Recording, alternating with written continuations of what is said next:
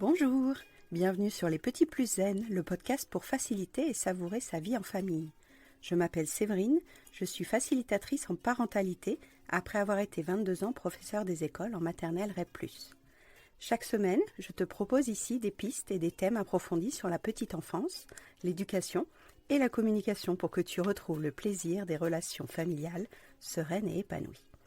Une de mes missions est de t'aider à mieux comprendre et apaiser les émotions de chacun pour installer un équilibre entre tes besoins personnels et ceux de ta famille et enfin retrouver du temps pour toi. Je te partagerai aussi mon expérience en classe de maternelle, des découvertes apprises en formation et des outils inédits et actionnables facilement que j'ai créés au fil du temps à l'école et à la maison. Pour ne manquer aucun épisode, abonne-toi s'il te plaît sur ton application de podcast préférée et participe généreusement à la diffusion de mon travail en laissant un avis et une note de 5 étoiles. Pour plus de contenu, d'inspiration et de motivation, retrouve-moi aussi sur Instagram, Facebook et Clubhouse sous le nom Les Petits Plus Zen. Sur ce, je te souhaite une belle écoute.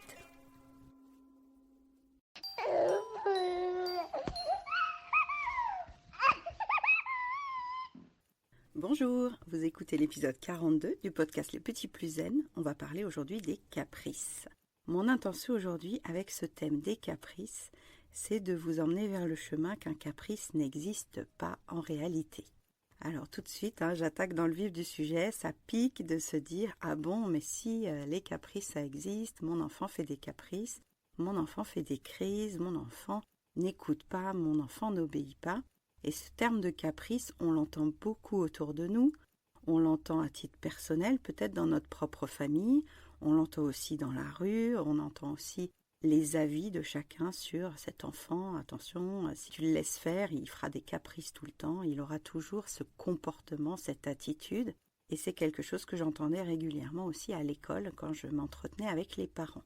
Donc cette notion de caprice, j'aimerais qu'on la redéfinisse ensemble comme finalement la distance entre ce qu'on attendait comme comportement de notre enfant ou de notre élève et la pensée ou l'émotion qui a été déclenchée par ce qu'on voit, ce qu'on constate vraiment là à l'instant présent. Quand l'enfant pose cette action ou pose cet acte, il déclenche chez nous une pensée, une émotion, donc une flamme dans notre cheminée, et cette flamme est loin de ce qu'on pensait comme comportement, est loin de ce qu'on attendait comme comportement, et c'est la distance entre les deux qui pourrait nous laisser penser que c'était un caprice.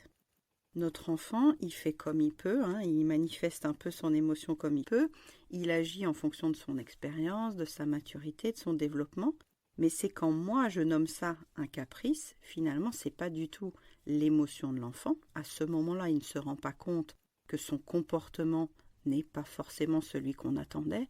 Alors avec la répétition et l'expérience, il va se rendre compte de notre émotion et de notre changement d'attitude, mais de manière initiale, quand il agit, quand il fait en fonction de ses moyens du jour, en fonction de son expérience du jour et de sa fatigue du jour. Donc il agit tranquillement, et nous, quand on le voit agir, quand on l'observe, quand on l'entend, quand on l'écoute produire cette action ou produire cette phrase ou cet énoncé ou poser cet acte, ça crée chez nous une certaine émotion plutôt désagréable, sinon on n'en viendrait pas à la qualifier de caprice, cet acte ou cette action. Et quand moi je me dis que c'est un caprice, finalement je suis dans mon ressenti de cheminée, je suis à ce moment plutôt triste ou plutôt agacé ou plutôt en colère, ou parfois son action me crée une flamme de peur. Donc j'ai envie, au moment où vous pensez que c'est un caprice, que vous alliez dans votre cheminée et que vous vous demandiez comment vous vous sentez. À ce moment-là, quelle est l'émotion, quelle est votre flamme? Donc c'est ce qu'on fait dans le travail du scan de la cheminée des émotions, dont vous m'entendez parler régulièrement. Donc là, prenez un instant, rappelez-vous d'une situation où vous avez eu envie de qualifier l'action de votre enfant comme un caprice, et dites-vous à ce moment-là, quelle était ma flamme? Comment je me sentais? Je vois bien que le déclencheur, ça a été l'action de mon enfant, que l'étincelle, la pensée qui a été liée à cette action, c'était peut-être « il n'aurait pas dû » ou « c'est pas normal que » ou « je lui avais déjà dit que ». Donc ça, c'est la pensée qui va autour de cette action. Donc c'est peut-être cette pensée qui a emmené la flamme jusqu'à notre cheminée. Et quand on a passé ces deux étapes-là, l'étape d'après, c'est de se dire « pourquoi cette flamme est née chez moi ? quel était le besoin à ce moment-là de voir mon enfant autrement qu'il n'est en réalité. Quel était le besoin que moi j'avais envie de nourrir au moment où mon enfant a posé cette action. Quelle pensée m'a amené à dire que c'est un caprice? En fonction de quelle grille de lecture je me suis aventurée sur le chemin de requalifier son action en caprice. Donc c'est sans doute une habitude à prendre de voir par quel cheminement on a étiqueté l'action de l'enfant comme caprice. C'est peut-être pas accessible tout de suite parce que c'est pas une formulation et un outil qu'on a l'habitude de pratiquer, mais je peux vous assurer avec les clientes que je suis et les mamans que je suis qu'avec la pratique, on va beaucoup plus vite vers l'arc-en-ciel de besoin, vers la rayure concernée, vers le besoin qui clignotait. Quand on fait ce scan de cheminée, on balance du scan de l'arc-en-ciel des besoins au scan de notre flamme de cheminée des émotions. Donc si cette question est encore un peu difficile pour vous, c'est tout à fait normal. Ce que j'aimerais vous inviter à penser, c'est de vous dire que le mot caprice n'est pas arrivé par hasard. Le mot caprice est arrivé parce que notre émotion a été désagréable et qu'on a requalifié le déclencheur, à savoir l'action de l'enfant, comme non conforme à notre attente, comme non conforme à ce qu'on attendait de son comportement. Et c'est ça qui nous a emmenés vers la notion de caprice.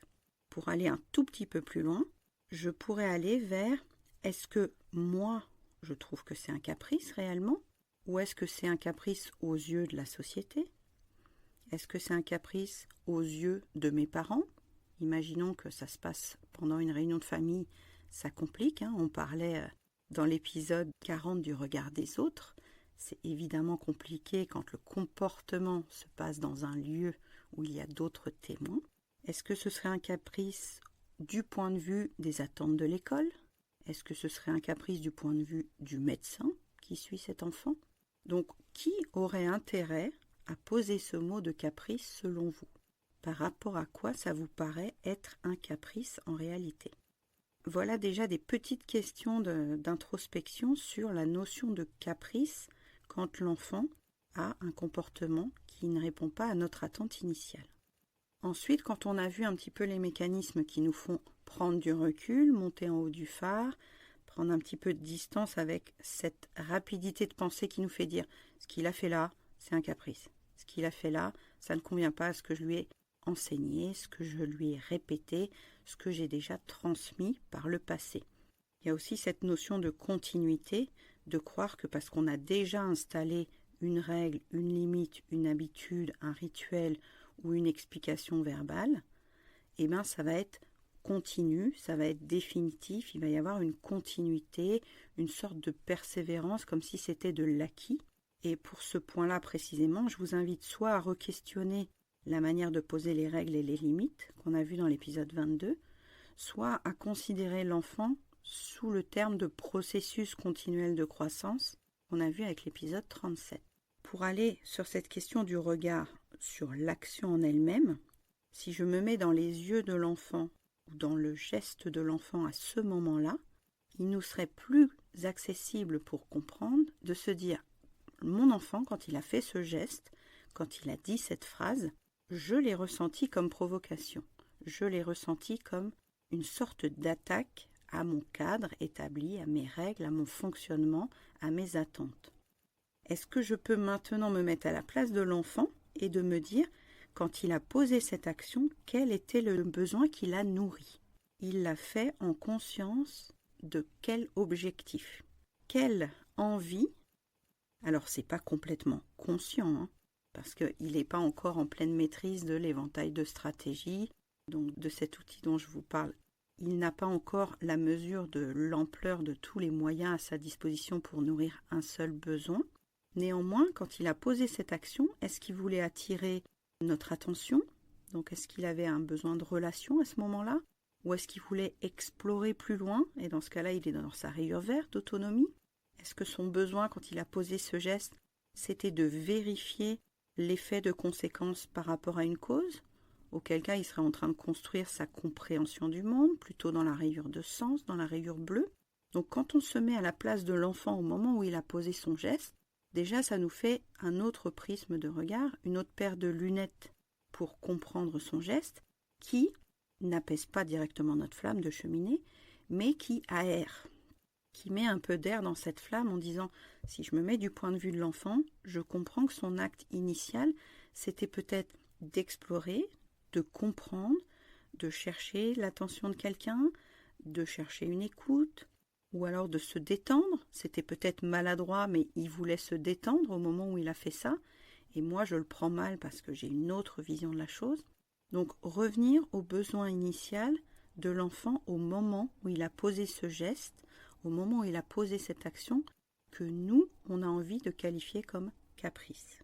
Par exemple, s'il réclame constamment la même chose, s'il répète, s'il trépigne, s'il redemande, à ce moment-là, est-ce qu'il a besoin d'attention, ou de calme, ou d'écoute, ou de résultat? S'il tape quelqu'un, est-ce que c'est un appel à être regardé, câliné, à faire une sortie, à se ressourcer? Donc, en fonction de ce qu'on connaît de l'enfant, si c'est notre enfant ou si c'est un élève qu'on a déjà depuis plusieurs semaines, on va affiner notre observation pour comprendre du haut du phare quelle intention il avait dans cette action, quel besoin ça aurait pu nourrir avec sa façon toute maladroite de croissance et d'évolution. Sa maturité, elle n'est pas encore au taquet pour faire toujours les bons choix, et de se dire, bon, alors il a fait ce choix-là dans son éventail de stratégies, il avait comme intention de nourrir ce besoin-là, c'était peut-être maladroit, et les conséquences que ça a dans ma vie d'adulte sont désagréables. Ce que je vois de lui, ce que je vois de son action, c'est désagréable pour moi. Mais à l'origine, son intention, c'était pas d'être désagréable pour nous. C'est la traduction un peu raccourcie, c'est la pensée un peu raccourcie qu'on a mis nous sur son action. Donc on va essayer de dissocier les deux arcs-en-ciel, de rendre étanches au maximum les deux cheminées, pour se mettre du point de vue de l'adulte. Il a une flamme, certes, qui a été déclenchée par l'action de l'enfant, mais l'enfant, à cet instant-là, avait aussi une intention, une émotion et un besoin à nourrir. Pareil, cette pratique-là, de rendre étanche l'arc-en-ciel des besoins de l'enfant avec celui du parent, et de rendre la cheminée des émotions du parent étanche avec la cheminée de l'enfant, c'est un processus qui va s'installer, c'est un processus dans lequel j'ai à cœur de vous accompagner. Vous pouvez déjà m'envoyer un petit message sur Instagram. Les portes du parcours vont s'ouvrir très bientôt. Vous aurez les modules du parcours et le contenu de ce parcours en ligne. Abonnez-vous sur Instagram si vous voulez plus d'informations. Mais cette étanchéité, elle n'est pas naturelle. Cette étanchéité, c'est comme de la communication, ça se pratique, ça se muscle. C'est pas la première fois qu'on arrivera à se dire « Ah oui, je comprends que c'est pas un caprice en fait ». Mais avec la répétition, avec beaucoup d'observation de sa manière d'agir, de son éventail des stratégies, de son arc-en-ciel des besoins et de sa cheminée des émotions, on arrivera à avoir un regard sur l'enfant différent, de le considérer différemment et d'être moins atteint dans notre propre cheminée. Et puis en parallèle, évidemment, je vous rappelle que mieux nos besoins sont nourris sur notre arc-en-ciel d'adulte et plus légères, on va dire, sont nos flammes désagréables. Mieux nos besoins sont nourris en amont des crises, des colères, et mieux on réagira avec légèreté, détachement et souplesse. Donc ça rappelle plusieurs épisodes, notamment l'épisode 38, où apaiser la colère de l'enfant, ça commence par soi, ça commence par sa propre cheminée. J'arrête de faire des citations entre épisodes parce que je vais vous perdre, je suis désolée. Des fois, je vous renvoie pour, si vous ne les écoutez pas dans l'ordre, à celui qui concernait aussi ça. Donc si vous écoutez pour la première fois un épisode des Petits Plus Zen, bienvenue, vous êtes sur l'épisode déjà 42 et il y a pas mal d'outils qui ont été détaillés avant, je vous laisserai visiter et explorer à votre guise. En tout cas, ravie de vous compter parmi mes auditeurs, bienvenue. Ce regard qu'on va poser sur l'enfant, donc dans ses besoins, dans son éventail de stratégies, dans sa cheminée des émotions, elle se construit avec le temps, elle se construit avec une volonté en fait de progresser chaque jour pour les 20 prochaines années. On va voir ça sur plusieurs mois. Mais ce premier pas aujourd'hui, c'est d'observer son action et de couper en fait la pensée raccourcie qui vous vient en disant c'est un caprice. Pour couper cette pensée raccourcie, on monte en haut du phare, on se dit « Mon émotion, c'est ça. Ma flamme, c'est ça. Elle a été déclenchée par cette action. La pensée qui s'est intercalée, qui a envoyé l'étincelle dans mon foyer, c'est telle pensée. Cette pensée, elle vient de loin, elle vient de mon éducation, elle vient de la société, elle vient d'une habitude, elle vient d'une volonté d'avancer plus vite. Certes, elle est légitime. La flamme est légitime, la pensée est légitime et l'action de votre enfant est légitime. Mais qu'est-ce qu'on fait de toutes ces informations maintenant qu'on comprend le besoin de l'enfant et qu'on comprend notre flamme? Ça va être intéressant de reformuler et de déconstruire ensemble, donc de nous à nous et aussi avec l'enfant, quel est l'enchaînement de petites actions qui a conduit à la notion de caprice. Quelle est l'action dans son geste réel, donc filmable, et dans mon émotion intérieure qui pour le coup n'est pas filmable, qu'on est obligé d'introspecter nous-mêmes, personne ne le fera pour nous, et qui va nous permettre de couper ce fil raccourci, ce fil de pensée qu'on va nommer spontanément caprice, par habitude, par imprégnation de la société ou par éducation.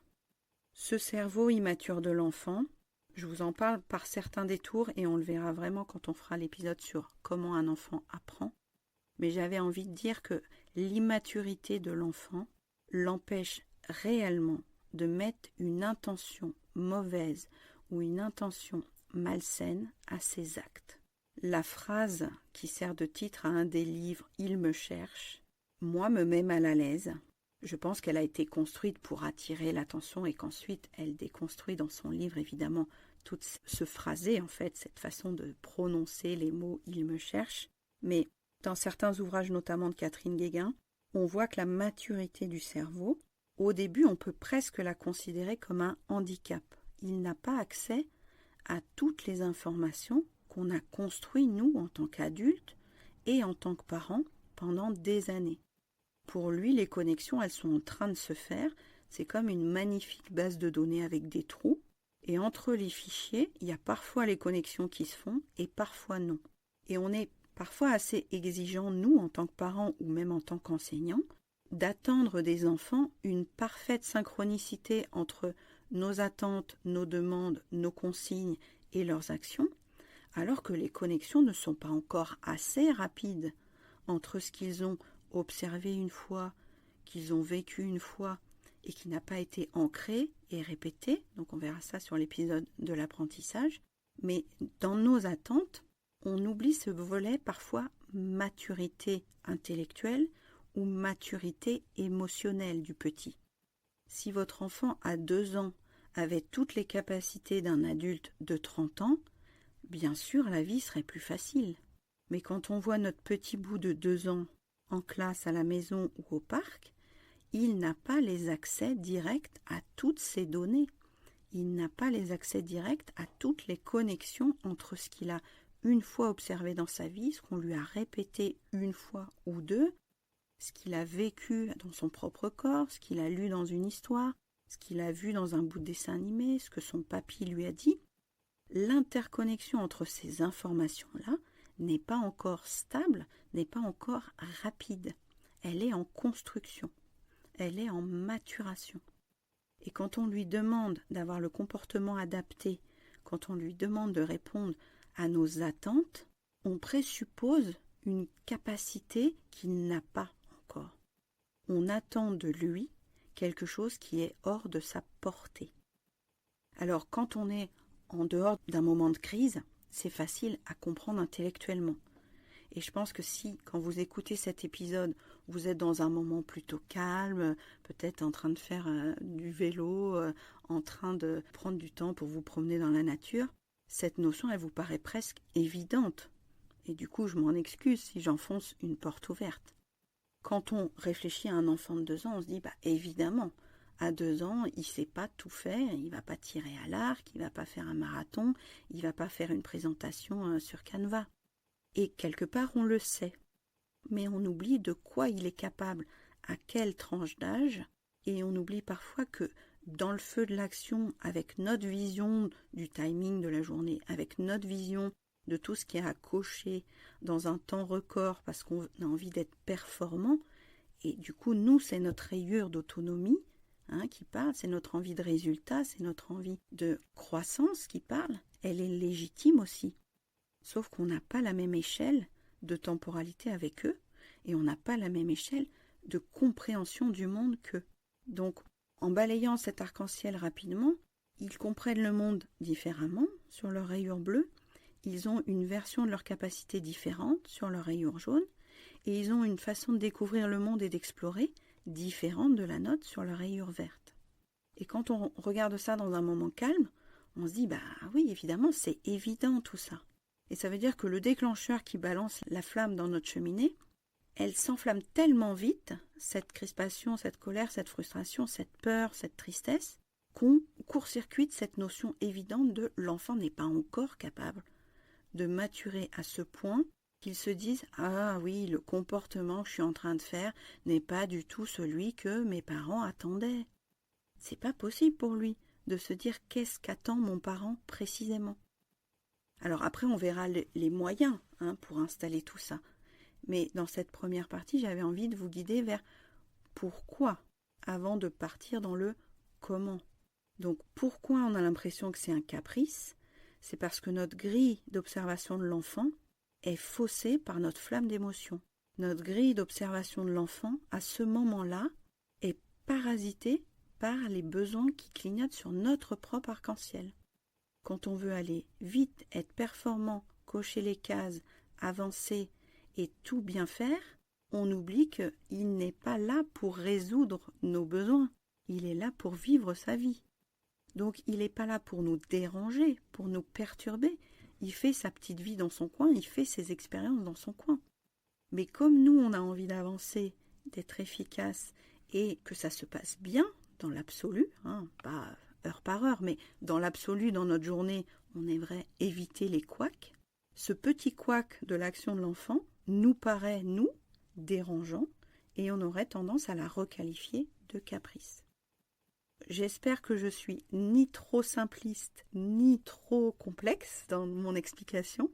Si vous avez envie de réagir à ça, n'hésitez pas à m'envoyer un petit message, ou sur Instagram, ou sur Facebook, pour me dire à quel point ça vous paraît évident, ou au contraire ça vous paraît complexe, parce que suivant votre niveau d'observation de l'enfant, ou vos lectures, ou vos podcasts, ou tout ce que vous avez déjà comme information, ça peut vous paraître très évident, ou très compliqué. N'hésitez pas à me dire si mon niveau de verbalisation et d'explicitation est trop haut ou trop bas. Je serais ravie de lire vos réactions. Concernant ce comportement de l'enfant, l'observation de ses habitudes va nous aider, va nous permettre de prendre du recul et d'être moins enflammé dans notre émotion, de dissocier une fois de plus ces deux cheminées. On en parle beaucoup dans l'épisode 38, si vous voulez réécouter ce passage-là, de mettre une cloison un peu étanche entre les deux cheminées, les émotions. Et puis sur la maturation du cerveau, cette notion que l'enfant n'est pas là pour nous nuire ou pour nous provoquer, qu'il essaye, il fait ses propres choix, il essaye des stratégies, il teste, il développe, comme un scientifique aurait plusieurs éprouvettes pour tester plusieurs réactifs, notre enfant fait ses expériences.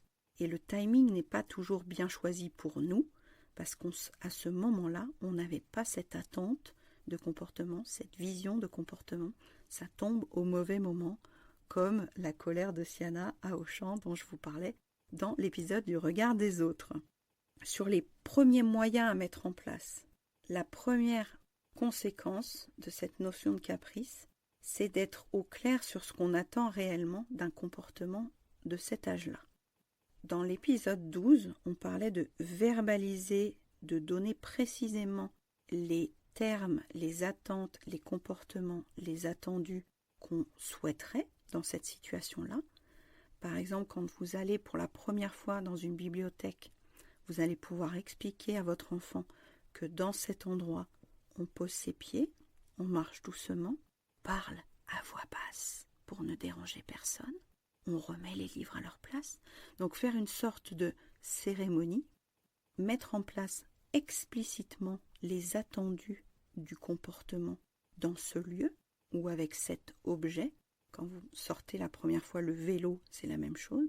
Vous allez faire une petite cérémonie de présentation pour expliquer les utilisations, les limites, les dangers peut-être, ça dépend de l'objet ou du lieu.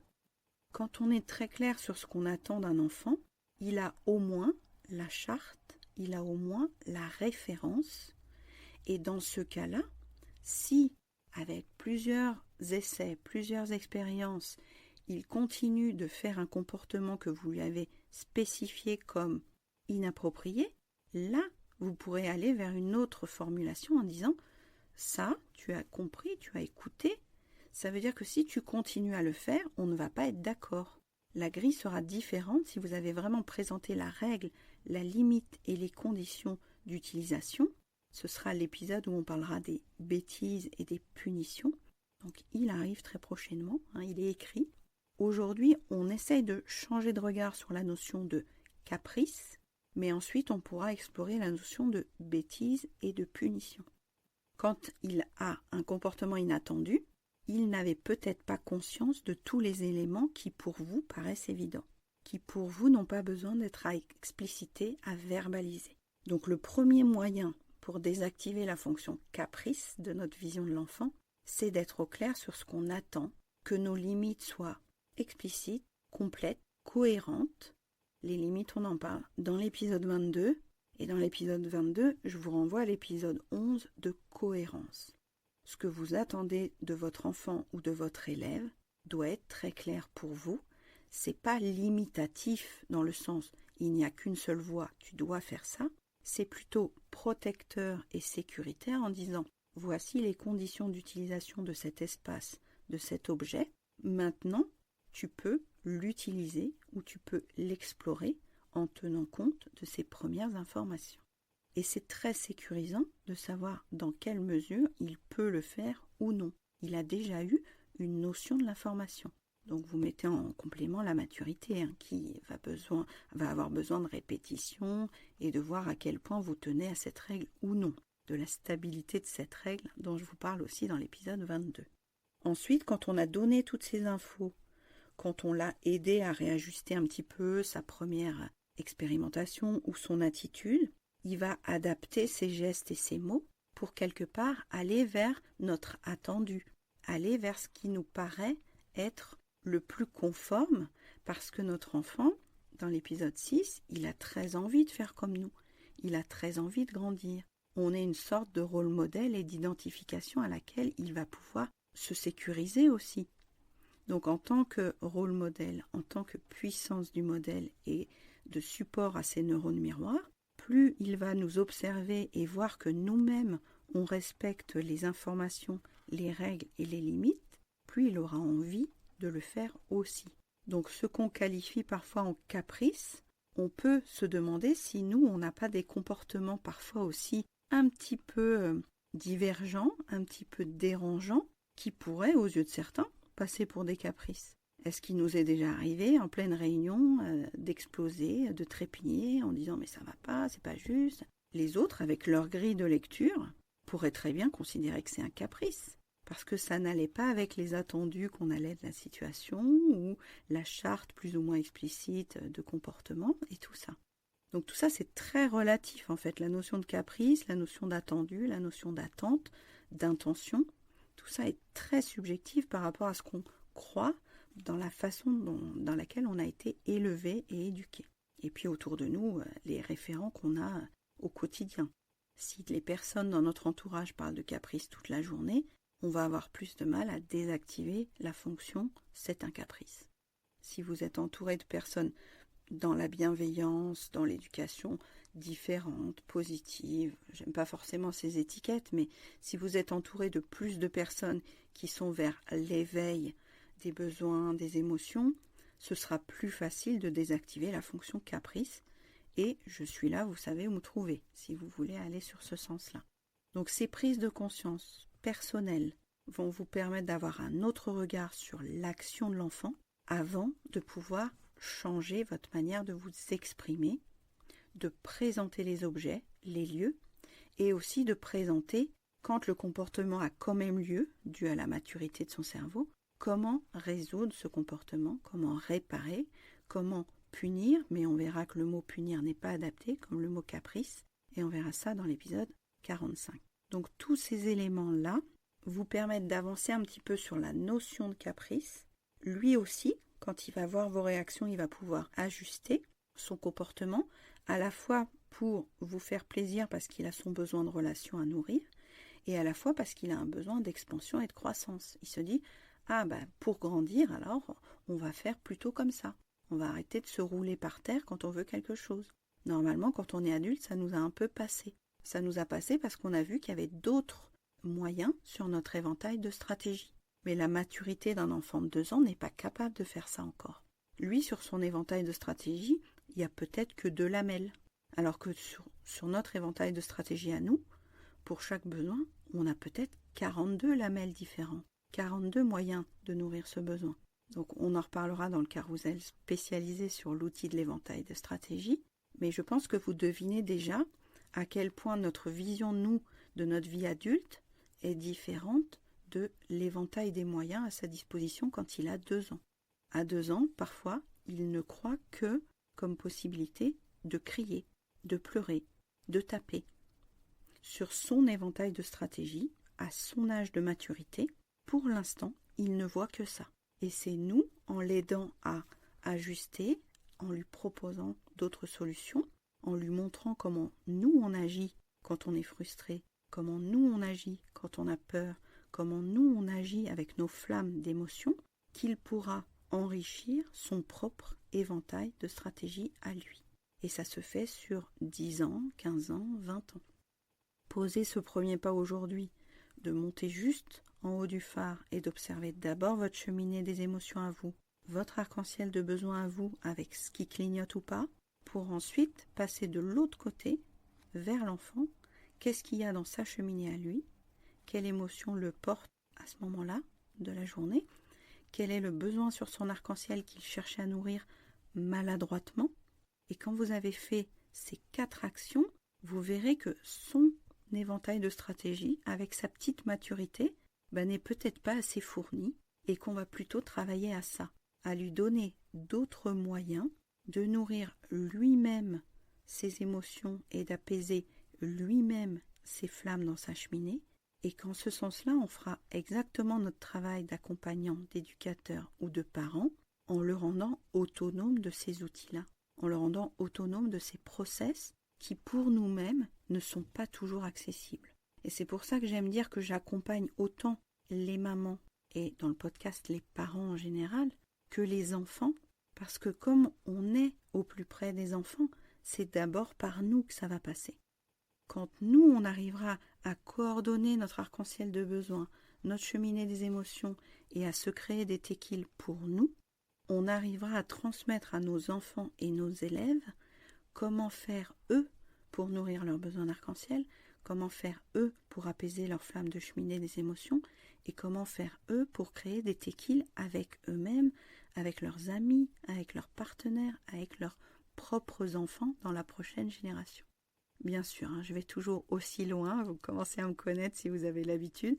Et pour les nouveaux, bienvenue dans mon monde un peu utopique, idéaliste, avec quelques espoirs encore de changer les choses, malgré ce que j'ai vu et vécu en REP+, j'y crois encore et heureusement. Donc rejoignez-moi dans ce monde encore d'espoir. Sur les autres moyens, quand on va lui donner d'autres possibilités sur son éventail, quand on va lui donner d'autres codes et informations sur la compréhension du monde, sur les enjeux, aussi sur les conséquences, sur les stratégies possibles, c'est la répétition, c'est la pratique. Dans le tout premier épisode de podcast, je vous disais que c'est pas de comprendre qui est intéressant, c'est de pratiquer. Et nos enfants sont comme nous. Plus ils vont pratiquer cet outil, plus ils vont le comprendre et le pratiquer, et plus ce sera fluide, et moins il y aura de distance entre le comportement attendu de l'enfant et la réaction enflammée du parent.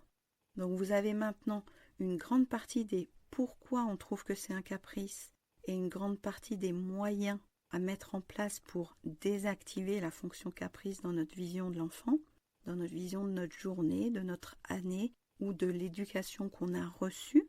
Ça peut être parfois assez souffrant de se dire Mais moi, on me disait que je faisais des caprices, mais quand j'entends Séverine avec son outil, je me dis mais en fait je faisais pas du tout un caprice. C'est juste que l'adulte a cru que c'était un caprice, alors que moi j'essayais juste maladroitement de nourrir un de mes besoins ou d'apaiser une de mes flammes.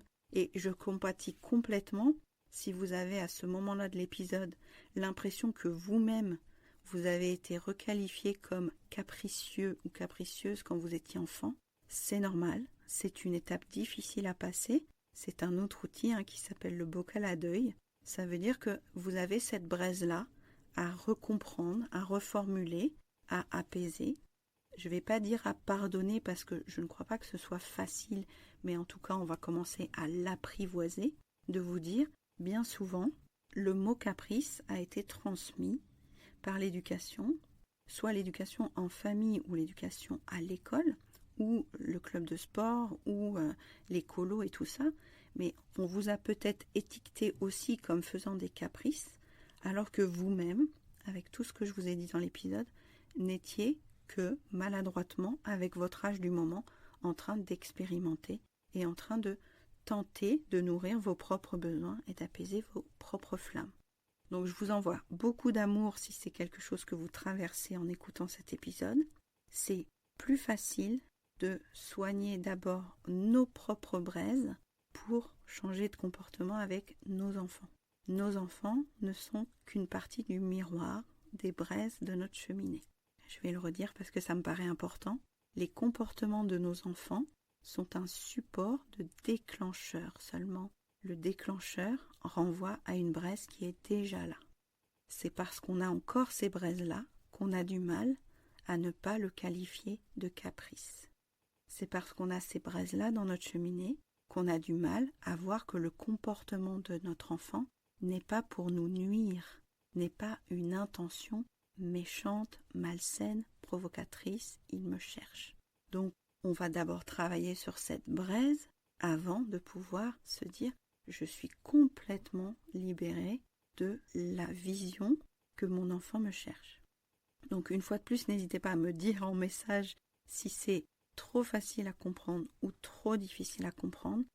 J'ai du mal à me rendre compte puisque c'est des outils que je pratique depuis 5 ans maintenant.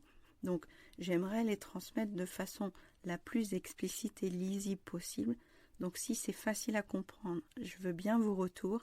Et si c'est difficile à comprendre, je veux bien aussi vos retours pour adapter, moduler et faire justement ces liens entre les bases de données qui, pour moi, me paraissent claires et qui, pour certains publics et certaines mamans ou certaines familles, sont plus difficiles pour l'instant sur le « ça va venir », mais pour l'instant, ma façon de le formuler n'est pas encore peut-être très claire.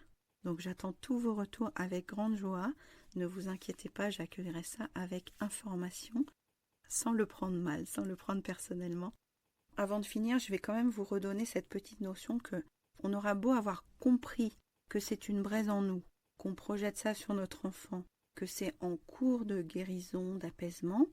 Pendant ce temps-là, on reste le rôle modèle de notre enfant, on reste une puissance d'identification pour lui, et on peut lui permettre, pendant qu'on fait ce chemin en parallèle intérieurement, seul ou accompagné, de rester quand même un modèle référent et de montrer ce qu'on attend en fait comme comportement, de continuer à incarner ce qu'on voudrait voir plus tard chez lui. Donc on est dans ce balancier du temps entre ce que je montre maintenant de moi, de ce que je suis en train de comprendre, ça lui sert à lui de pilier, d'identification, de résilience, d'évolution.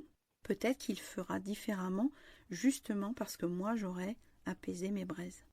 Et c'est difficile avec le premier enfant.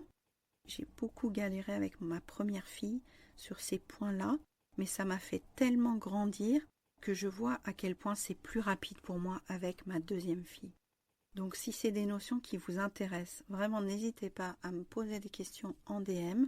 Le parcours dont je vous parle, donnez-moi aussi votre mail si vous voulez avoir toutes les infos très précisément. Mais c'est un chemin qui va peut-être gratter, qui va peut-être raviver des souvenirs, des flammes qu'on n'avait pas vues venir. Donc on prendra le temps qu'il faudra. Le but, c'est quand même d'être apaisé dans nos flammes, de mieux comprendre comment nourrir nos besoins à nous, pour pouvoir ensuite le transmettre à nos petits loups et leur dire, toi aussi, tu peux apaiser tes flammes, toi aussi, tu peux nourrir tes besoins, et toi aussi, tu peux te créer vraiment les temps de qualité qui sont sur mesure à toi. Si c'est la première fois que vous m'écoutez, les tequils, c'est donc des temps de qualité qui sont une activité horizontale, individuelle, légère et dans l'être présent, dans la pleine présence à ce qu'on fait. C'est l'épisode 8, si vous voulez aller voir de quoi il s'agit. Et il y a aussi des carousels sur Instagram où j'explique un petit peu les 3 premiers outils que j'ai créés pendant ces 5 ans en dispositif des moins de 3 ans au contact des familles. Voilà, j'ai donné beaucoup d'informations, j'ai toujours envie de faire des épisodes de moins de 20 minutes, mais voilà, vous constatez comme moi que je ne sais pas le faire encore. Je me laisse une chance d'y arriver en 2022. Et puis, je suis tellement passionnée par cette façon de l'expliquer que parfois je me dis que c'est moins grave de faire un épisode plus long plutôt que d'aller au plus rapide et d'être peut-être moins clair dans le choix des mots ou dans le choix des exemples qui, je pense, illustrent ce qu'on vit au quotidien avec les colères de nos enfants, qu'on vit au quotidien en classe.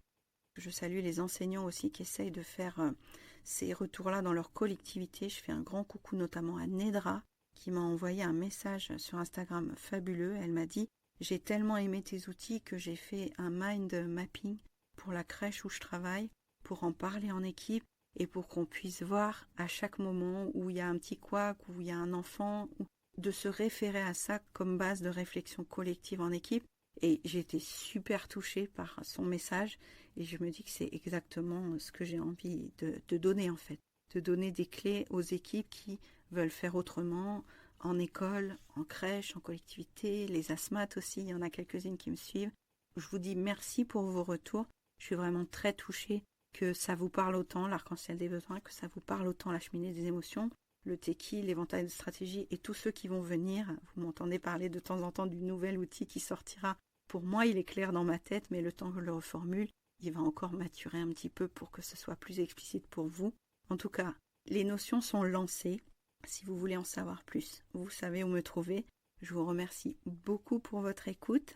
J'ai aussi l'intention de travailler à la newsletter des Petits Plus Zen pour vous donner justement un focus sur un besoin. Donc ce sera tous les 10 jours environ. Un focus sur un besoin, un petit focus sur une émotion aussi, peut-être une stratégie pour nourrir tel besoin, et puis une proposition de tequil, de vous donner par la newsletter à l'écrit peut-être d'autres angles de vue que le podcast.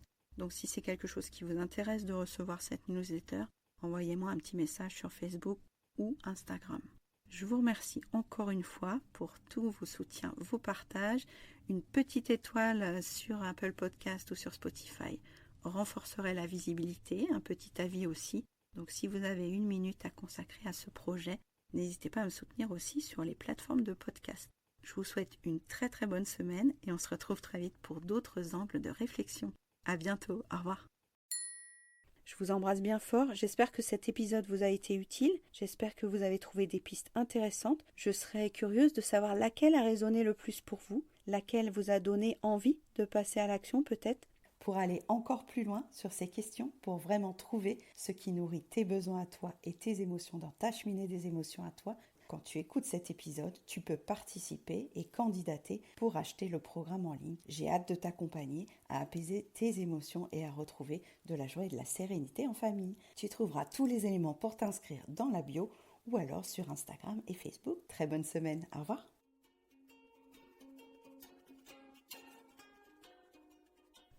Merci d'avoir écouté cet épisode. Tu peux retrouver les thèmes et les épisodes précédents aussi sur lppzen.com/lepodcast. Pour soutenir mon travail, je t'invite à noter, commenter et partager le podcast, notamment sur ton application préférée, comme Apple Podcast par exemple. Ton soutien est important pour moi pour permettre à d'autres parents de retrouver la sérénité en famille. On se retrouve pour un prochain épisode très bientôt et en attendant, prends bien soin de ta cheminée des émotions et de ton arc-en-ciel des besoins. À très vite.